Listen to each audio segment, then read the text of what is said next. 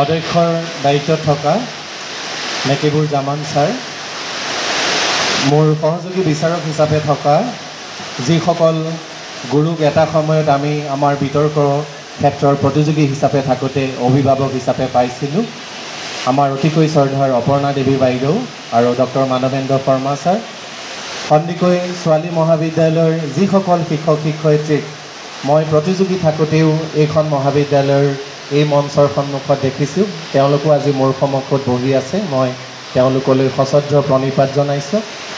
বিভিন্ন শিক্ষানুষ্ঠানৰ পৰা আহি আজিৰ এই প্ৰতিযোগিতাত অংশগ্ৰহণ কৰা প্ৰতিযোগী বন্ধুসকল আৰু সন্দিকৈ ছোৱালী মহাবিদ্যালয় পৰিয়ালৰ প্ৰতিজন সদস্য, আপোনালোকৰ অনুভৱ মই বুজিব পাৰিছোঁ আৰু বতৰো হয়তো কৈছে এতিয়া আৰু বৰ বেছি দীঘলীয়াকৈ কথা কৈ থকাৰ ইয়াত অৱকাশ নাই।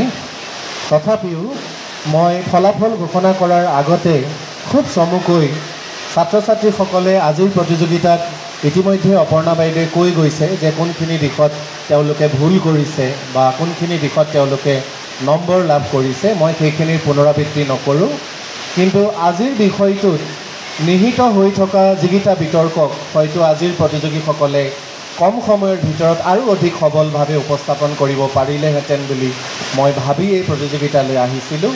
সেই দুই এটা কথা মই প্ৰতিযোগীসকলক উদ্দেশ্যি ক'ব বিচাৰিছোঁ। বহুকেইখন নতুন মুখ মই আজিৰ প্ৰতিযোগিতাত দেখিছোঁ। বহুকেইখন শিক্ষানুষ্ঠানৰ পৰা, যেনে প্ৰাগজ্যোতিষ কলেজ, আমাৰ নলবাৰী কলেজ, ছয়দুৱাৰ মহাবিদ্যালয়, বহু দূৰ দূৰণিৰ পৰা ছাত্ৰ ছাত্ৰী আজিৰ এই প্ৰতিযোগিতালৈ আহিছে। মই ভাবোঁ সন্দিকৈ ছোৱালী মহাবিদ্যালয়ৰ বাবে আজিৰ দিনটো সঁচাকৈ এটা ভাল লগা দিন।